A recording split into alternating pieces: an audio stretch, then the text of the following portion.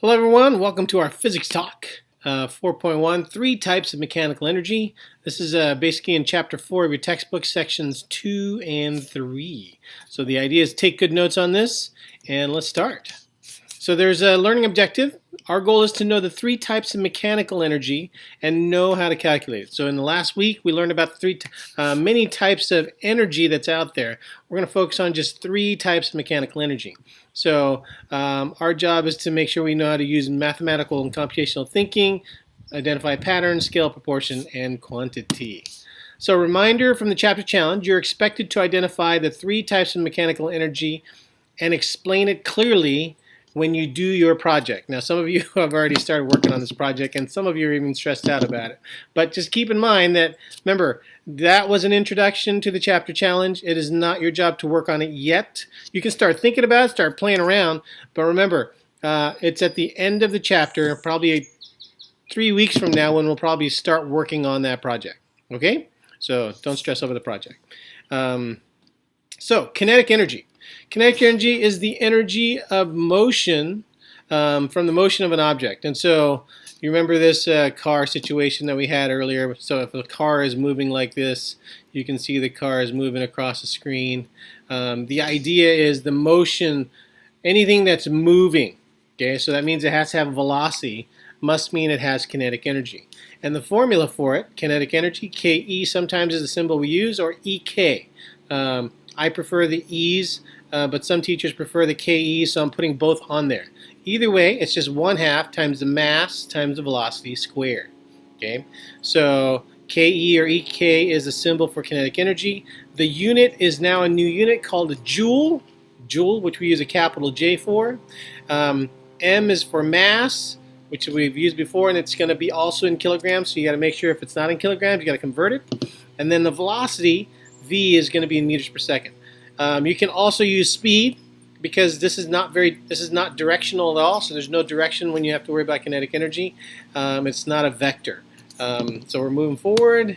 And so energy is basically an object depends on both the mass and its speed, okay, or velocity. And so bowling ball striking the pins is where energy can be transferred from the bowling ball to the pins, and that's why we love bowling. I love bowling. I grew up doing that.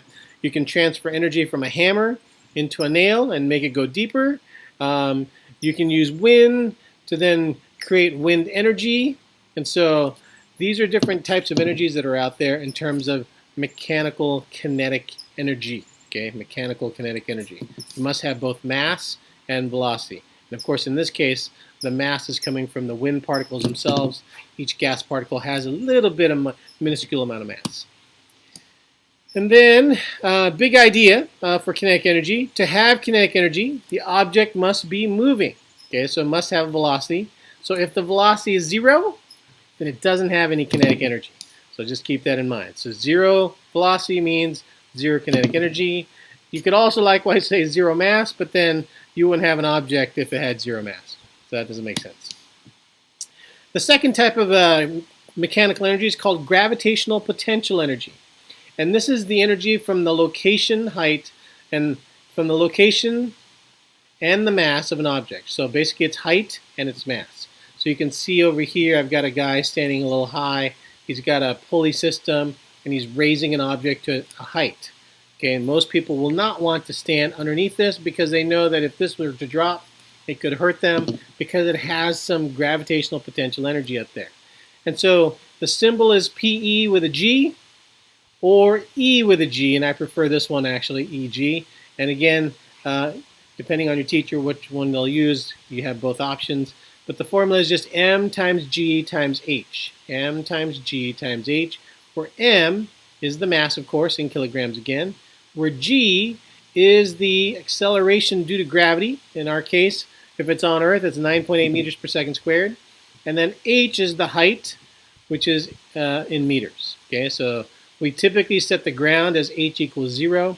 So down below over here on the right here, you can see that guy right there is standing, sorry, let me go back, is standing right there on the ground. And so the gravitational potential energy symbol is just PEG or EG, and again, the unit is in joules just like the kinetic energy. Okay, the unit is in joules just like kinetic energy. All right, so we got different types of ways, but the idea is that it doesn't matter what path the ball takes to get from the ground to a height h. So let's say the height is up here. If I just raise it up and bring it up there, it can have 30 joules of energy.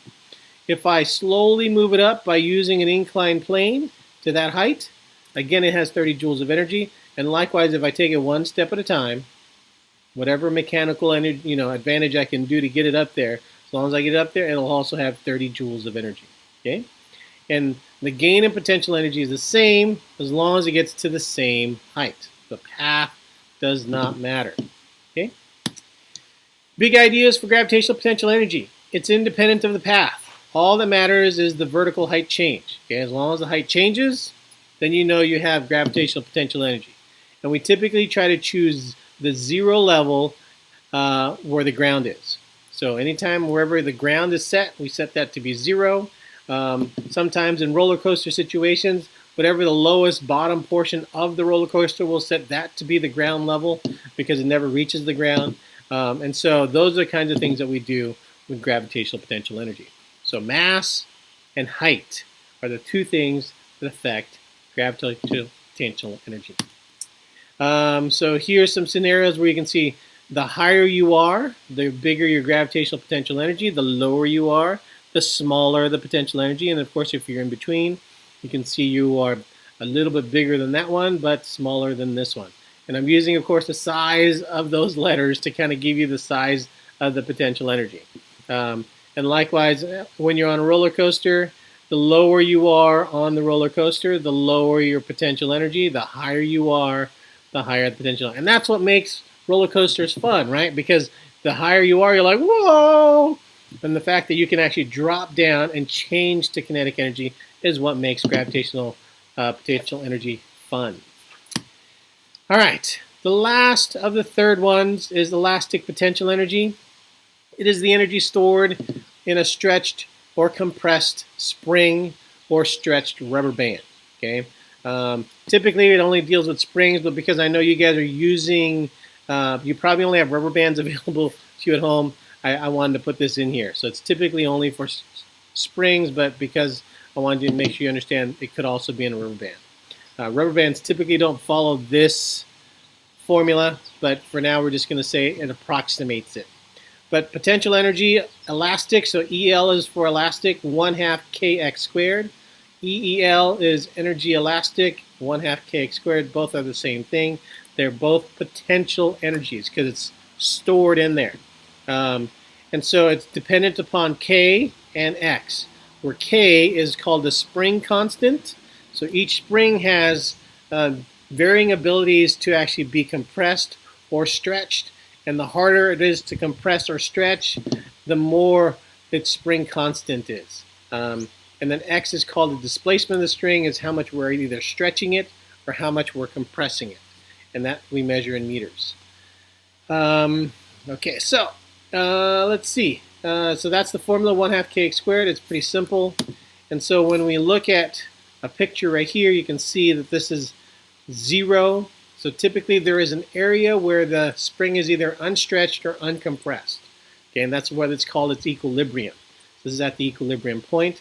And if we were to stretch it out to this new location, you can see that there's going to be an X value down there on the bottom. This thing, of course, is in my way, so I can't see that right now. But this is a distance X across here. We measure that X. We just plug it in the formula, 1/2 kx squared, and you square that. And of course, that's how the equation works. It's pretty simple. Now, there's some, normally we would do a lab to actually learn more about springs, but because we are off school, I'm sorry, you just have to trust us on the formula. And so you can do elastic potential energy either by springs, okay, by stretching it to a new, in this case, this height here, or you can even use it with, for some of you who were playing with toys like I did when I was a kid, I used to have one of these, and the idea is that you have elastics that you can pull and stretch, and they can use it to shoot things. So, big ideas for elastic potential energy. Energy is stored from the forces. A force needed to stretch or compress a spring. A force is needed to stretch a rubber band. And of course, Zero level is what I called, again, the equilibrium. Choose x equals 0 meters at the relaxed equilibrium location where the object stays at rest. Okay, so in review, just make sure you have this in your equations. Kinetic energy is 1/2 mv squared. Gravitational potential energy is mgh. And elastic potential energy is 1/2 kx squared. So that's it for today. Again, we have tutoring if you need help, come and visit us during tutoring.